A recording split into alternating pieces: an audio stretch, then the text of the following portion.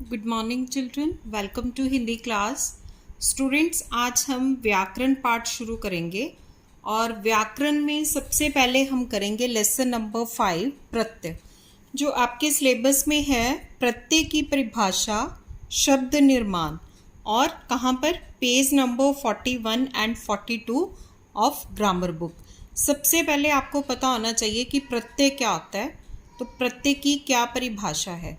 तो प्रत्यय वो होता है जो किसी मूल शब्द के साथ में जुड़कर उसका नया शब्द बना दे या उसमें परिवर्तन कर दे, उसे हम प्रत्यय कहते हैं। जैसे यहाँ पर इसकी डेफिनेशन दी हुई है, किसी मूल शब्द के अंत में जुड़कर नया शब्द बनाने वाले शब्दांश को प्रत्यय कहते हैं। जैसे यहाँ पर एग्जाम्पल दिया हुआ है, मूल शब्द है पढ़ प्लस आई, हमने यहाँ पे प्रत्यय लगाया तो नया शब्द बन गया पढ़ाई। उसी तरह से सब्जी मूल शब्द है, इसके साथ में हमने वाला प्रत्यय लगा दिया तो ये बन गया सब्जी वाला। उसके बाद चिल्ड्रन, प्रत्यय के भेद।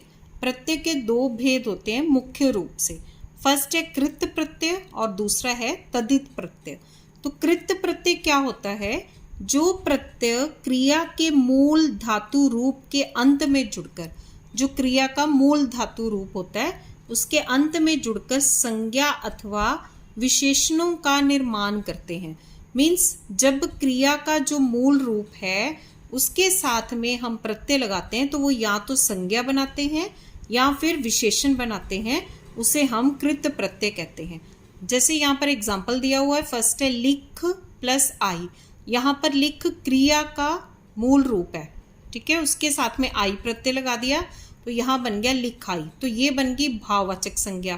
फिर उसके बाद पढ़ प्लस आई, सेम यहाँ पर बन गया पढ़ाई, तो ये भी भाववाचक संज्ञा बन गई। अभी हम देखेंगे बुक में page number 41 and 42 from the grammar book.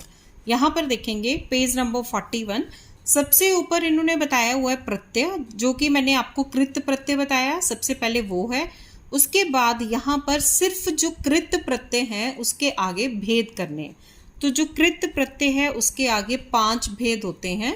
कौन कौन से? कृतवाचक, कर्मवाचक, करणवाचक, भाववाचक, क्रियावाचक। तो सबसे पहले हम देखेंगे कृतवाचक, कृत प्रत्यय। इसमें क्या है? जैसे कृत बोला गया है तो मीन्स जिससे कर्ता का बोध हो, जिस प्रत्यय से कर्ता का बोध हो उसे कृतवाचक प्रत्यय कहा जाता है। जैसे यहाँ पर दिया गया आओ, बिक, टिक, तो ये बन गया बिकाऊ, टिकाऊ। इसी तरह से यहाँ पर नीचे और एग्जाम्पल दिए हुए हैं। जैसे कृत है तो मीन्स कर्ता का पता चले। उसके बाद सेकंड है कर्म। कर्म में जहाँ पर कर्म का बोध होता है, ठीक है, उसे कहते हैं कर्मवाचक कृत प्रत्यय। जैसे एग्जाम्पल्स यहाँ पे दिए हुए नी, ओढ़, कतर, जैसे ओढ़नी, कतरनी, ना, बच्चा, गंवा, बचाना, गंवाना, इस तरह के एग्जाम्पल्स हैं। उसके बाद नेक्स्ट देखेंगे, नेक्स्ट है करणवाचक, करणवाचक कृत प्रत्यय।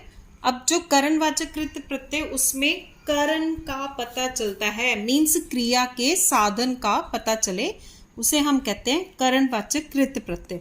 जैसे यहाँ पर एग्जाम्पल दिए हुए हैं आ, चेल, मेल, तो ये बन गया चेला, मेला, ये प्रत्यय है और ये मूल शब्द दिया हुआ है। उसके बाद है भाववाचक कृत प्रत्यय, जहां पर भाव का बोध हो।